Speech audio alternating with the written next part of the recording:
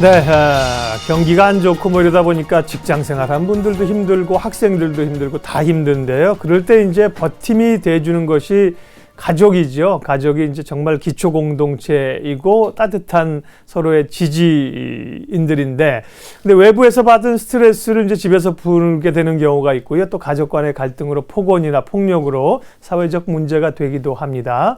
이러한 가족 구성원 간의 문제를 심리극을 통해서 해결하고자 하는 노력이 있는데요. 오늘 관련해서 성북예술창작센터 나희영 매니저 모시고 자세한 이야기 나누겠습니다. 어서 오십시오. 네, 안녕하세요. 성북예술창작센터는 어떤 곳인지 먼저 소개해 주십시오. 예, 저희 성북예술창작센터는 서울문화재단에서 운영을 하고 있고요. 예. 예전에 보건소가 이제 아트센터로 살바꿈을 했어요. 네. 2010년 7월을 개관을 해서 현재 6년째 운영 중이고 있습니다. 예전 보건소에서 몸을 치료했다면 현재 저희 아트센터에서는 마음을 치료하는 기법으로 예술 치유라는 컨텐츠를 저희가 차용하고 있습니다.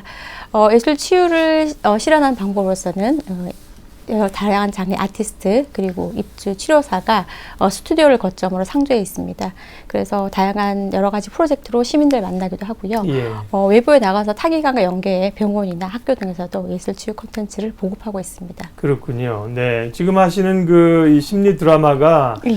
예술 보건소 드라마 심리 코칭으로 만나는 가족 이야기 이렇게 들어 있습니다. 예술 보건소라는 게 뭐냐 궁금했는데 예전에 보건소 자리가 이제 서울문화재단의 창작센터가 됐군요. 그래서 그렇죠. 예술 보건소라는 이름을 쓰셨어요. 네, 그러면 이 심리극 워크숍은 어떤 내용으로 진행이 되는 겁니까? 드라마라는 예술적 매체와 네. 심리 상담의 기법이 만나는 어떤 상황 재현곡입니다. 네. 예, 그래서 참여자가 가정 문제를 겪고 있는 것들을 드라마라는 장치 안에서 이끌어내고 그것을 심리 상담을 통해서 해결해내는 방법을 제시하고자 합니다. 그래서 가정 문제 여러 개 겪고 있는 시민 누구나 참여 가능하고요. 드라마라는 어떤 예술 창작 활동을 경험한다고 편안하게 생각하시면 될 것 같습니다. 네, 그렇군요. 앞서 제가 이제 예술 보건소에 대한 궁금증을 좀 말씀을 드렸는데, 그럼 이렇게 지금 서울문화재단에서 여러 가지 창작센터가 있잖아요. 이게 독특한 거죠. 그러니까 예술 보건소라는 이름을 붙인 거는 그 이름을 이제 붙이시게 된 물론 배경이 이전의 보건소이긴 하지만 어떻게 아이디어가 났는지 그리고 어떻게 프로그램들을 어떤 걸 중심으로 운영을 하시는 거예요? 예. 좀 전에 말씀드렸다시피 과거 보건소라는 장소에서 네. 창을 했고요. 예술이라는 창작 활동과 보건소라는 어떤 치유 기능이 극대화해서 말 그대로 예술로 통한 치유를 하고자 해서 저희가 프로그램의 영치를 만들었고요. 네. 특히 예술보건소 프로그램은 컨셉은 시민들의 어떤 자가 치유력을 도와주는데 저희가 기본 컨텐츠, 기본 그 개념을 삼고 있고요. 저희가 프로그램이 보통 진행하는 예술 치료사나 작가가 주체임에도 불구하고 예술 보건소만큼은 시민이 스스로 주체이고자 합니다.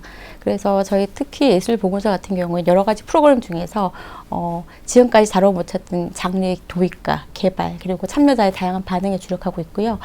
작년 같은 경우는 예술 보건소 프로그램은 음악, 미술, 치료실을 개방해서 상시로 시민들이 악기 체험을 통해서 일상 속을 회복하는 데 저희가 돕고자 하고 있고요. 올해 같은 경우에는 드라마 상담, 심리 상담을 특별히 도입해서 구성해 보았습니다. 네. 이제 시민들의 마음을 다듬고 치유하기 위해서 여러 프로그램들을 하시군요. 이번에 진행하는 그럼 드라마 심리 상담이라고 하는 거는 구체적으로 심리학에서 이제 어떤 접근 방식이에요? 네. 드라마 심리 상담은 문제점을 말로 설명하는 것이 아니라 상황 재현과 직접적인 관찰을 통해 구체적으로 접근한 기법입니다. 무의식의 잠재된 갈등 요소를 가난 해결 방법을 제시하는 것이 특징이라고 말할 수 있어요. 네. 그러니까 이제 자기가 실제 그걸 재현해 보면서 그때 감정도 이런 걸 다시 끄집고 이제 해결 과정을 찾고 이런 건가 봐요. 그쵸, 네. 그러면 문제가 있는 가족들이 그게 참여를 하셔야 되는 거잖아요. 네. 쉽지가 않을 것 같은데 그 자리까지 오기가 갈등이 있다는 걸 인정하고 그러면 어떻게 가족들이 참여하고 진행이 되는지도 과정을 좀 알려주세요. 예.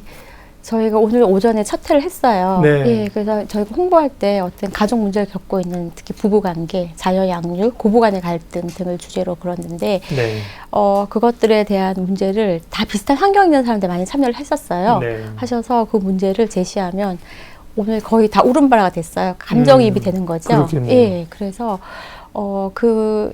참여자가 그 이끌어지는 심리 상담사였던 지도하에 1인극이 주인공이 되기도 하고요. 네. 다수의 참여자가 주인공이 되기도 합니다. 그래서 그 이미 정해진 대본에 따라 연기를 하는 것이 아니라요. 아니고. 예, 어떤 가족이란 모티브에 따라 주제가 즉석에서 정해지다 보면 예, 모두가 참여하는 한편에 주인공이 되기도 하지만 관객도 그 감정이입을 통한 드라마 참여자가 되는 거죠. 네. 예, 그래서 본인의 가정 문제를 꺼집내기까지 대단한 용기와 결단이 필요했을 거라고 보이고요. 네. 예, 모두가 공감하는 자리이기 때문에 그 용기가 스스로 빛을 발하고 또 참여하는 과정에서 어떤 카타르시스를 느끼면서 예, 일상성이 회복되고 스트레스가 완화되는 것 같았습니다. 그 드라마 심리 치료라는 그 시간이 뭐 다를 수 있겠습니다만 통상 평균적으로 얼마나 걸립니까? 예, 드라마 연기와 심리 상담은 총 한 150분 정도 구성되어 있고요. 네. 예, 끝나고 마무리 과정에서 모두의 문제점을 같이 공감하는 방법으로 끝나고요. 예, 네. 보통 한 회기에 150분 정도 이루어지고 있습니다. 꽤 오랜 시간이군요. 예. 근데 뭐 그렇게 충분히 해야 자기의 그 내면에 있는 감정 이런 걸 또 끌어낼 수 있으니까 네.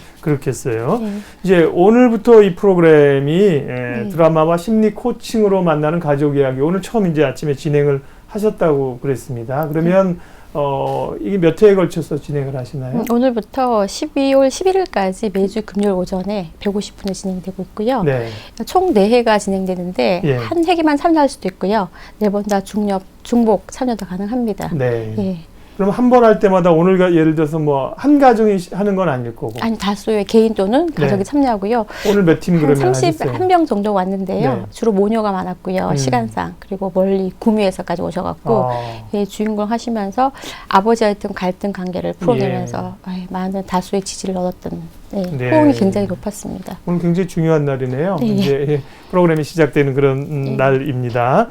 그런데 이게 그 문제를 있는 갈등 당사자들끼리 두 분이 세 분이 서서 뭐 한번 해보셔 이렇게는 어려울 거 아니에요. 그러니까 그걸 그렇죠. 이제 전문적으로 도와주거나 함께 역할극에 참여하는 전문가나 이런 분들이 있으신가요? 지금 한 분인데요. 네. 심리를 이끌어주는 최대원 박사님으로 해요. 네. 그 박사님은 드라마 심리 상담 전문가로서 청소년, 노인 등 전 대상층에 걸쳐서 네. 학교 폭력, 가정 폭력, 도박, 알코올 등에 관한 임상 경험을 바탕으로서 많은 연구와 지금도 심리 극장을 지속적으로 운영하고 계십니다. 그래서 EBS의 달라져서라는 코너가 있어요. 네. 예, 거기에서 고정 패널에 참여하고 계십니다. 네. 예. 그러니까 이분이 최대현 박사가 이제 역할을 주시겠군요. 네, 그렇죠. 두 분이 예. 만약에 모녀 관계다 하면 이런 네. 상황을 한번 해보자. 네, 맞아요. 예. 혹은 뭐 세 분이 오면 예. 이런 설정에 당신 이런 역할을 하고 예. 이렇게 한번 해봐라. 예. 그러면서 그 과정에서 나오는 문제점들을 예. 끝나고 얘기하고. 그쵸. 그렇군요. 예.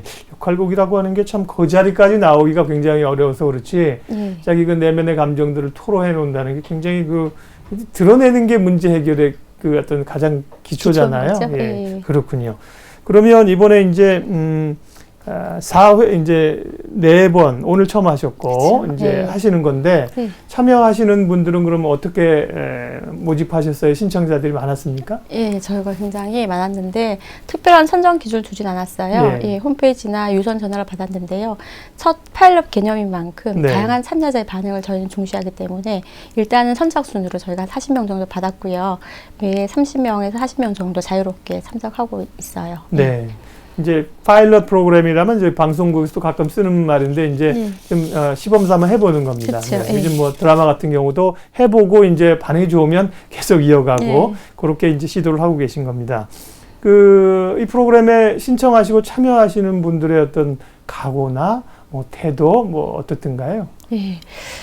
가족 문제들 일상을 지배하는 본인의 큰 원동력이잖아요. 그래서 그걸 드러내기까지는 대단한 용기와 결심이 필요했을 것 같고요. 예. 그 용기와 결심이 이제 헛되지 않게 저희 기획자로서는 그 진정성 있는 조력자로서의 역할을 다할 것이고요. 예. 보통 가정 문제에 부딪히는 문제를 외부 환경에서 많이 해결하려고 하는데 네. 저희는 그것들을 이끌어내고 가족 내에 해결할 수 있는 문화를 이끌어내고자 생각하고 있습니다. 네.